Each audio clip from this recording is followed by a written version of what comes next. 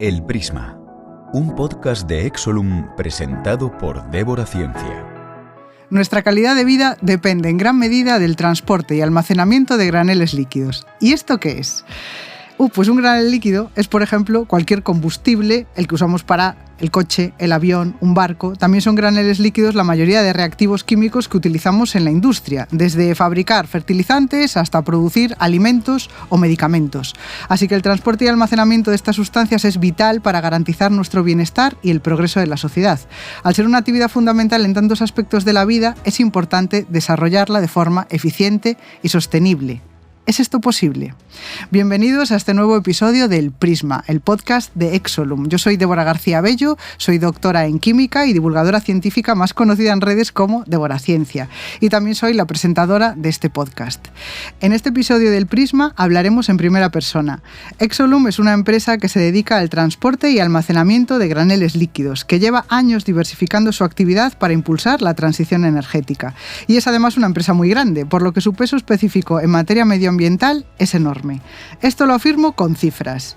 Exolum cuenta con más de 6.000 kilómetros de oleoductos, con 11 millones de metros cúbicos de capacidad de almacenamiento ubicados en 11 países, con 48 instalaciones aeroportuarias, con 66 instalaciones de almacenaje y, lo más importante de todo, con más de 2.200 empleados directos, es decir, más de 2.200 familias que viven de ello. Todo esto lo hace Exolum manteniendo un pacto con la sostenibilidad. Para hablarnos de los proyectos que está desarrollando Exolum desde su división Clean Energies, tengo aquí conmigo a alguien de la casa, a Nacho Casajús, que es ingeniero de minas, MBA en compañías energéticas y que lleva casi toda su vida profesional dedicado a los graneles líquidos. Nacho es el Global Strategy and Growth Lead de Exolum. Bienvenido al Prisma, Nacho. Muchas gracias por acogerme y encantado de estar aquí para hablar de algo que me apasiona, que es el sector y de Exolum. Bueno, ya hice una introducción en la que expliqué qué es Exolum, porque es lo que hacemos en cada uno de estos episodios, es decir, ¿qué es esta compañía? Pues bueno, lo has explicado muy bien, la verdad. Sí. Hay una cosa que es la que todo el mundo nos conoce, que es por el transporte y el almacenamiento de graneles líquidos. He de decir que también hacemos algunos gases. Bien. En gases químicos sobre todo, porque últimamente, de hecho, uno de los proyectos que hemos hecho para mejorar la sostenibilidad de alguno de los usos de los combustibles en Reino Unido, por ejemplo, es construir y poner en servicio unos bullets de LPG, de propano, para poder importar propano al Reino Unido y mejorar pues, la sostenibilidad de los combustibles, sobre todo en el uso para calefacción. Pero también almacenamos algunos productos químicos que están en forma gaseosa, como el VCM, que tenemos esferas para almacenarlo. O sea que vamos diversificando más allá de lo que es el tradicional combustible en el oleoducto con una terminal grande y tal. Hacemos más cosas. ¿Sí? Muchas cosas hacéis. Sí. E hidrógeno, ahora hablaremos de hidrógeno también. Hablaremos del hidrógeno. ¿Y podrías hablarnos de las principales áreas de diversificación en las que Exolum, a través de la división de Clean Energy, se está centrando sus esfuerzos en la actualidad? Sí, yo creo que de todas maneras, para entender un poco dónde nos estamos diversificando y cómo, es importante que entendamos la estrategia de Exolum. Exolum tiene tradicionalmente un negocio muy centrado en España. Hace unos años estábamos solo en España, ahora ya estamos, como has dicho, en 11 países. Entonces, la primera parte de la estrategia es la localización, es dónde queremos estar, ¿no? La segunda parte es qué líneas de negocio queremos tener. Ahora mismo tenemos varias líneas de negocio. Las principales pues, son el negocio de los oleoductos, de las redes de transporte. Otro negocio que es el de terminales, donde almacenamos líquidos para distribución. Otra línea de negocio que es la de aviación. Y luego tenemos dos líneas de negocio más, que si quieres son subtipos de las primeras, que son el negocio de búnker y los negocios de logística más de detalle, más capilar. Y ahí encuadramos cosas pues, como lo que luego hablaremos de hidrógeno o de CO2, ¿no?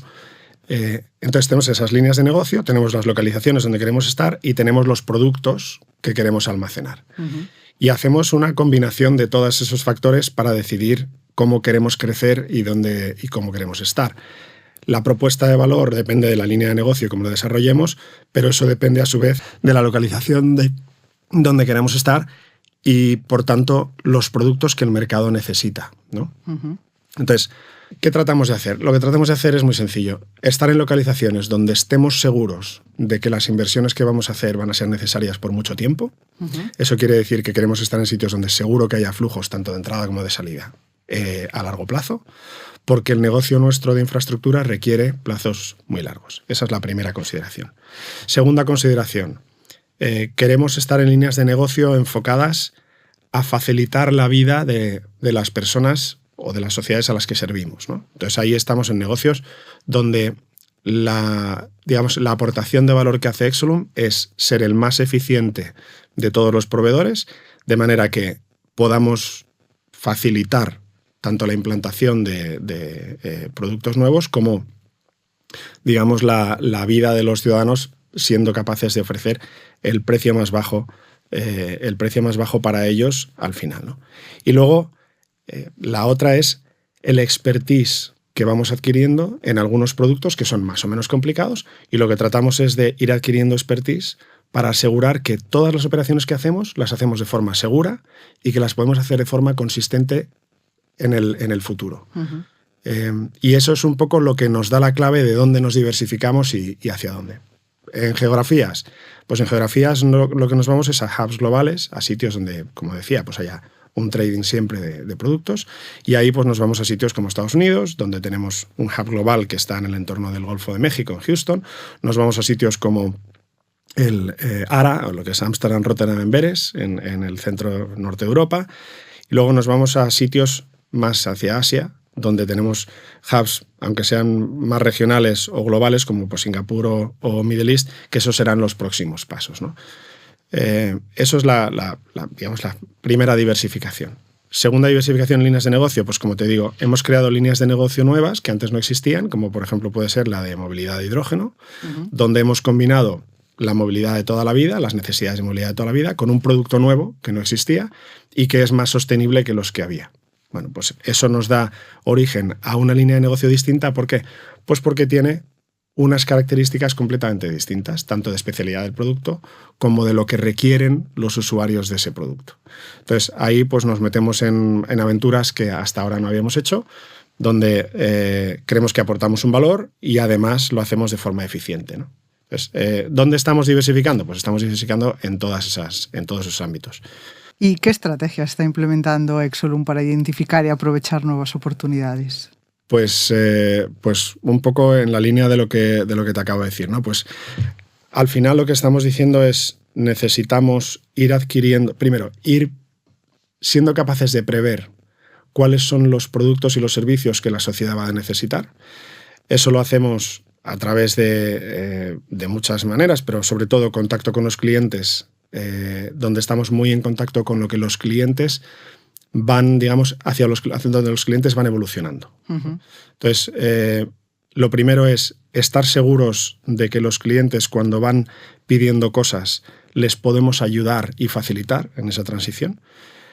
Lo segundo es, respecto al talento, las capacidades que necesitamos para poder hacer esto. Y eso es un tema muy importante. Al final, has comentado que tenemos 2.200 empleados que han hecho un montón de cosas durante los 80 o 90 años de existencia de Exolum, que han ido evolucionando en capacidades y en formas de hacer las cosas. Entonces, una de las cosas que tenemos clarísima es que nuestros empleados, nuestros colaboradores, tienen que ir adaptándose a las necesidades nuevas. Y eso requiere pues algunas competencias que quizá hasta ahora pues eran menos necesarias, ¿no?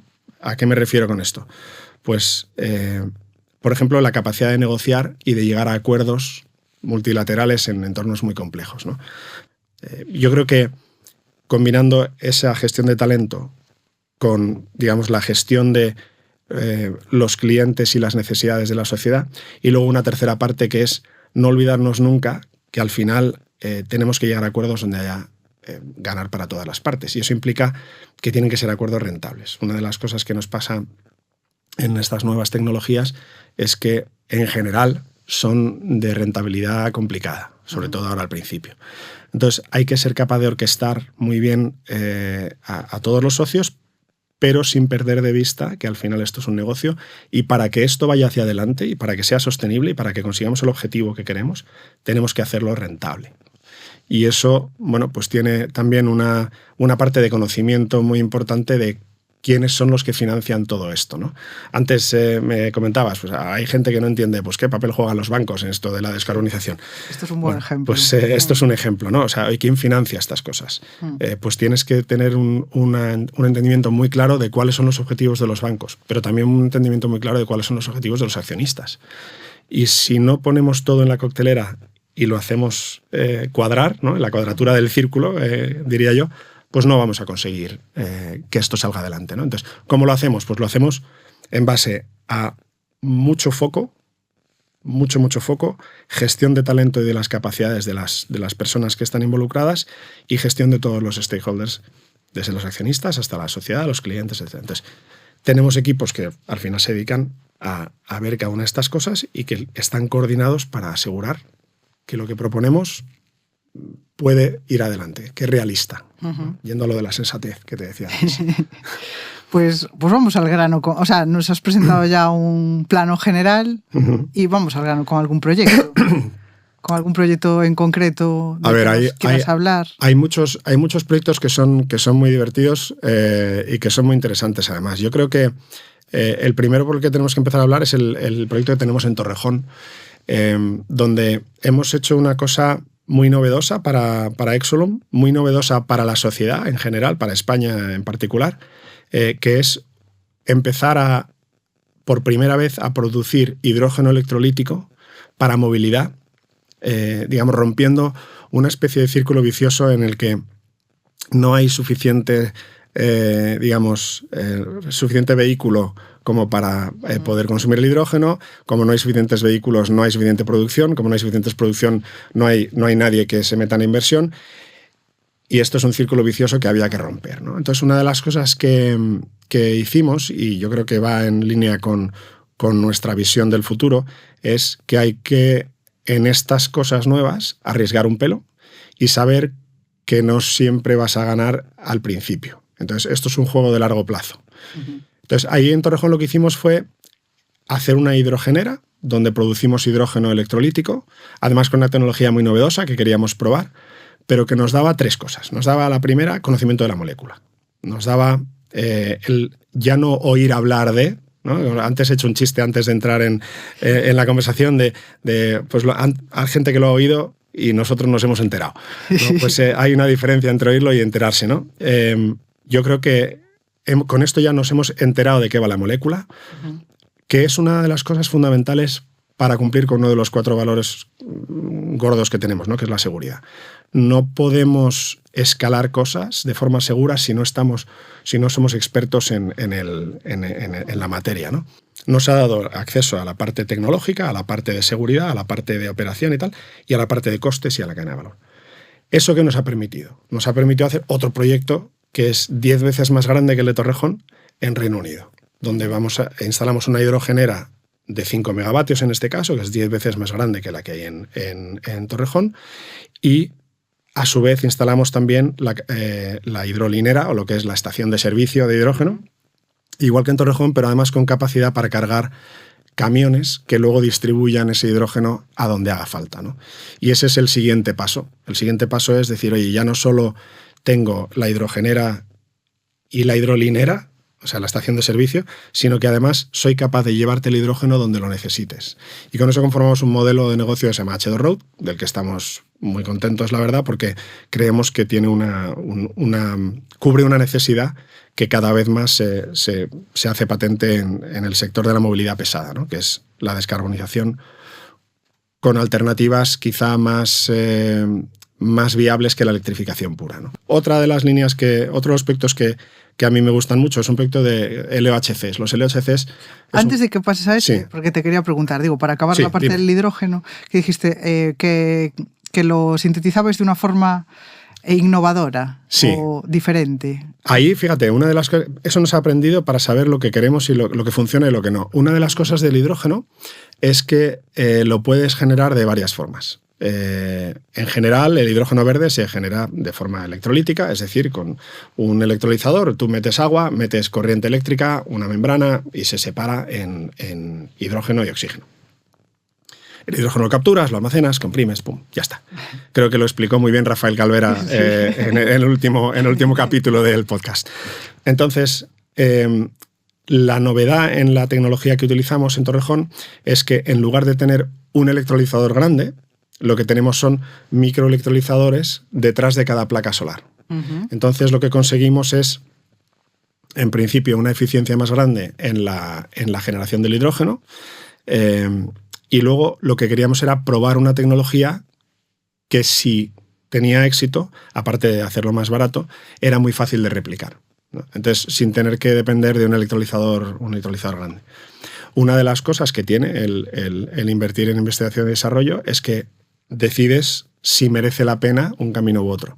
Pues con este camino lo que nos hemos dado cuenta es merece la pena formas alternativas de generar hidrógeno, y lo que tenemos que hacer es seguir trabajando en esas formas hasta que sean rentables. Y mientras tanto, ya sabemos que para los proyectos inmediatos tenemos que ir a electrolizadores con más tamaño para asegurar que tenemos la fiabilidad necesaria. Entonces, a partir de ahí, lo que estamos haciendo es, en el siguiente proyecto, que es en el Litisite, lo que hemos ido es a un electrolizador estándar. No es estándar porque es de una tecnología moderna, es PEM, pero un electrolizador grande, digamos.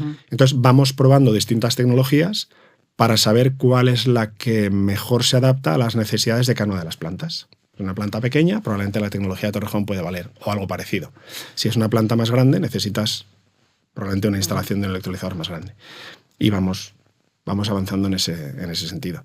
Son proyectos que, la verdad es que son proyectos muy chulos, son proyectos que ilusionan un montón a todo el que participa en ellos, y que son proyectos muy duros porque son proyectos que involucran a mucha gente, ¿no? Lo que te decía antes, en Torrejón, por ejemplo, lo hemos hecho colaborando con la empresa de desarrollo tecnológico, pero lo hemos hecho colaborando con algunos socios que son los que utilizan el hidrógeno en autobuses o en camiones, ¿no? La cuestión quizá en Tees Valley es todavía más compleja, porque nos aliamos con productores de camiones y de autobuses, nos aliamos con los tecnólogos, nos aliamos nosotros que estamos haciendo la parte de infraestructura, y nos aliamos con los que hacen la gestión comercial de la estación de servicio, digamos. Y poner de acuerdo a toda esa gente, tiene su dificultad, cuando menos. Pero bueno, ese no es muy distinto a lo que te iba a hablar, ¿no? De los LHCs, que quizás es otro proyecto que está también, que es muy chulo, que a mí me gusta mucho, y que además tiene unas implicaciones potenciales muy grandes, ¿no? LHCs, ¿qué significa? Es el inglés para líquidos orgánicos portadores de hidrógeno, ¿vale? Es Liquid Organic Hydrogen Carriers. Entonces, ¿eso qué son? Eso es, el hidrógeno tiene muchas ventajas y algunos inconvenientes. El inconveniente, creo que también te lo dijo Rafael el otro día, es que es una molécula muy chiquitita que tiende a escaparse por todos sitios, ¿no? Y es difícil de transportar, requiere mucha presión para ser transportada, y si lo quieres hacer en mucho volumen, tienes que encontrar una forma de tratar de licuarla, de alguna forma. Entonces, hay dos formas de licuarlo. Una que es extraordinariamente cara, pues casi cero absoluto de temperatura, tú lo sabes mejor que yo, que eres química, y muchísima presión. Y la otra que es embeber ese átomo de hidrógeno, esa molécula, en un líquido que lo capture de forma temporal, lo podemos transportar y luego liberar esa molécula de hidrógeno en el destino, ¿no? Esos son los líquidos orgánicos, los portadores de hidrógeno. ¿Qué es lo que hemos hecho? Un proyecto tanto en España como en Inglaterra, donde hemos transportado el hidrógeno embebido en esas moléculas por los mismos oleoductos y al mismo tiempo que los demás productos que transportamos, de manera que hemos querido comprobar la compatibilidad de esos líquidos orgánicos con, pues, los FAMES, gasoil, gasolinas, etanoles, bueno, etanol no justo, pero todos los demás productos, el jet, el SAF. Entonces, todos los productos que normalmente van por el oleoducto, hemos querido comprobar cómo son de compatibles con ese líquido orgánico. Por ahora está justo ahora, as we speak, como dicen los ingleses, estamos terminando las pruebas, pero los resultados preliminares son muy, muy, muy buenos. ¿Qué quiere decir? Quiere decir que no produce contaminación en los otros líquidos, no se contamina a su vez, y cuando lo llevamos al destino, hacemos el proceso de desorción del hidrógeno y funciona. Y funciona bien. Con lo cual no pierde propiedades. Eso quiere decir que estamos demostrando que sin invertir ni un duro más en infraestructura adicional, podemos transportar hidrógeno de forma masiva por los mismos oleoductos y en las mismas terminales que tenemos ahora mismo para el transporte de hidrocarburos. Claro, eso es un cambio de paradigma, porque imagínate que en lugar de tener que hacer infraestructuras costosísimas para un mercado que todavía no está desarrollado, puedes empezar y facilitar que el mercado se produzca, que nazca, que se desarrolle hasta que adquiera masa crítica, y a lo mejor en ese momento tiene más sentido hacer infraestructuras dedicadas. No lo sé, pero desde luego facilitas que el hidrógeno como economía exista. Entonces, claro, eso es eso cambia la jugada total. Y eso es otro de los aspectos que estamos. Tenemos alguno más que también es muy divertido, donde estamos hablando de combustibles para barcos. Y hacemos amoníaco. Y almacenamos amoníaco para barcos, pero también metanol. Bueno, tenemos cosas en la cartera. La verdad es que tenemos muchas. ¿Y qué impacto espera Exolum que tenga la diversificación en su sostenibilidad a largo plazo? A ver, te lo podría resumir diciéndote, yo creo que el impacto es que permaneceremos siendo relevantes en la sociedad por muchos años. Aquí hay una cuestión también de filosofía, ¿no? Yo me dedico, entre otras cosas, a la estrategia y la estrategia tiene mucho que ver con la filosofía al final y con los valores en los que está basada la compañía, ¿no? Entonces, una de las cosas que a nosotros nos motiva es que somos una parte esencial de la sociedad moderna. Sin compañías como Exolum, la sociedad moderna en realidad no puede existir como la conocemos, ¿no? Entonces, el continuar siendo capaces de proveer ese servicio es lo que nos da esta diversificación. ¿Por qué?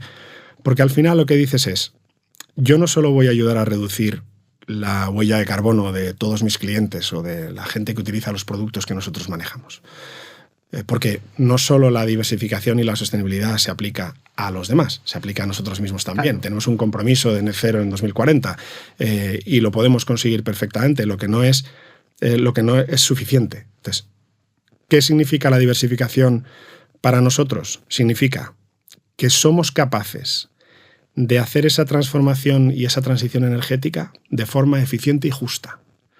Cuando hablo de justicia, pues puedes decir, ¿y eso qué significa? Bueno, para mí, el que la transición energética sea justa quiere decir que es asequible y que es sensata y pragmática. Entonces, yo tenía un compañero, tenemos un jefe en la antigua CLH, gallego, como tú, se llama Salvador Guillén, que es un tío, aparte de muy bueno, encantador, y tenía algunas frases que eran estupendas, que a mí me gustan mucho. Una que decía que el punto más corto, la forma más corta de llegar de un punto A a un punto B, rara vez es la línea recta. Y eso, que es muy gallego, sí. A mí cuando me lo dijo la primera vez, cuando se lo oí la primera vez, la verdad es que me quedé un poco impactado y dije, claro, yo, ingeniero, dije, no, la forma más rápida de llegar de A a B es la línea recta.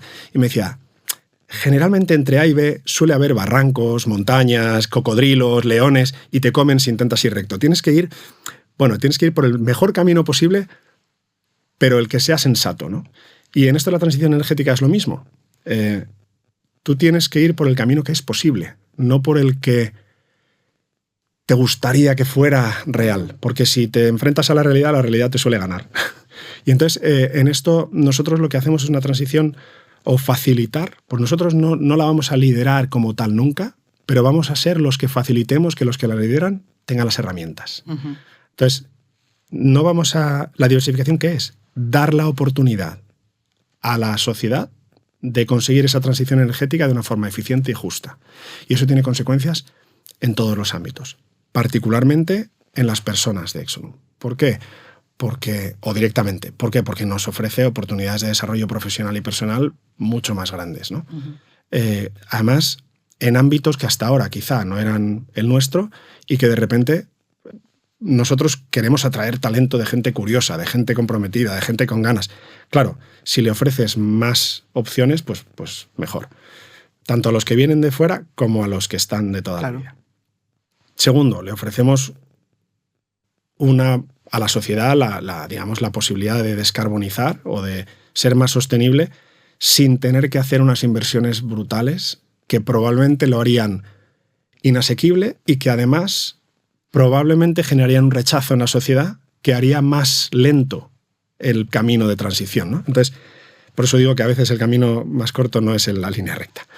Y luego el tercero es que lo hacemos de una forma sensata y por pasitos, con lo cual le damos el retorno a los accionistas y a los bancos, que son los que financian todo esto. Uh-huh. Entonces, si el que pone su dinero sabe que con nosotros su dinero está bien empleado y está seguro, y que no nos metemos en aventuras que luego pueden ser más o menos complicadas, bueno, pues ¿eso qué quiere decir? Que van apostando cada vez más y te van dando cada vez más. Y eso hace, es un efecto bola de nieve, hace que cada vez vayamos más deprisa. Luego, ¿qué nos aporta? Relevancia en el futuro. Como resumen, explicada en, oye, relevancia respecto a la sociedad, relevancia respecto a nuestros empleados y colaboradores y relevancia respecto a nuestros accionistas y los stakeholders en general, ¿no? Entonces, yo creo que es un camino que no solo es imparable, sino que además tiene todo el sentido económico y empresarial del mundo, ¿no? Creo que eso es lo que nos aporta, sí. ¿Y cómo está Exolum colaborando con otras empresas y organismos para impulsar la innovación en el sector energético? Pues mira, antes te decía, ¿no?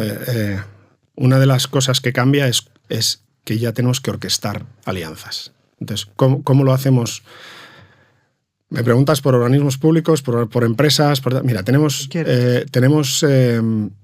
de hecho, tenemos pactos con varias organizaciones, ¿no? Y alianzas. Tenemos acuerdos, mira, por ejemplo, con Técnicas Reunidas, donde desarrollamos de forma conjunta proyectos para CO2 y captura de CO2 y utilización posterior. Tenemos acuerdos con Calvera. Tuviste a Rafael aquí hace unos días, ¿no? Hace un mes. Donde Calvera, como proveedor de una parte importante de la cadena de valor del hidrógeno, que son los tube trailers y la forma de transportarlo, pues vamos de forma conjunta a desarrollar oportunidades. Tenemos un acuerdo que voy a firmar dentro de un rato, cuando salga de aquí, con Adif, donde vamos a posibilitar y desarrollar proyectos que involucran al tren, que es un medio de transporte muy sostenible, para proyectos tanto de CO2 como de otros productos verdes, que a día de hoy su mayor dificultad es cómo hacemos para conectar la producción con la demanda. Uh-huh. Y el tren es una forma estupenda de hacerlo, que en España está poco desarrollada todavía, pero con esta alianza con Adif tratamos de impulsar. Esos son ejemplos de colaboraciones con empresas públicas y privadas. Pero con las administraciones también tenemos un diálogo muy fluido. Por ejemplo, en Inglaterra, gracias al diálogo que tenemos con las administraciones, hemos sido capaces de, digamos, ayudar a dirigir las políticas al respecto de hidrógeno y de sus derivados que en Reino Unido se han tomado, que como sabemos pues son probablemente una de las más avanzadas de Europa, ¿no? Son unas políticas que son muy proactivas y que son además positivas. Tienen palo, pero sobre todo tienen zanahoria, ¿no? Uh-huh. Y lo que hemos ayudado es yo diría que a hacer conscientes a los que tienen que decidir sobre esas leyes de cuáles son las bondades y los pros y los contras de cada una de las opciones, ¿no? Y hacerles ver que todas probablemente son necesarias. Eso, bueno, pues es una forma de colaborar con la administración, que es ayudar a encontrar cuál es esa línea no recta que es la mejor para llegar a donde se quiere llegar. Porque una de las cosas que hacemos con las administraciones es sobre todo empezar diciendo, oiga, que yo tengo el mismo objetivo que usted. Si mi objetivo, y lo he explicado antes en base a la estrategia y una filosofía de cómo entendemos el mundo, es hacer que la sociedad sea lo que la sociedad quiere ser de la mejor manera posible, a través de las infraestructuras y con productos verdes. Bueno, pues sí, yo tengo el mismo objetivo. Y ahora la cuestión es cómo nos ayudamos mutuamente a conseguirlo, ¿no? Y esa es un poco la forma en la que lo planteamos. Claro, una conversación transparente, porque a veces te encuentras, ¿no? O te puedes encontrar que una administración tiene un propósito, pero no tiene el conocimiento, ni siquiera sabe cómo está el estado del arte de una cuestión que tú le puedes aportar esa... Ahí lo hacemos a través de asociaciones. O sea, pones el ejemplo de Reino Unido, pero claro, estáis en 11 países. Sí. Entonces, supongo que habrá diferentes. En algunos están más abiertos a ese diálogo, en otros... Hay algunos que están más abiertos al diálogo y otros que están un poco menos. También depende del peso específico que tienes en cada en cada país. Obviamente nosotros en los países donde tenemos un peso específico más alto, pues tenemos una posibilidad quizá de ser abogados de la tecnología y de las cadenas de valor, digamos, pues más fuertes, ¿no?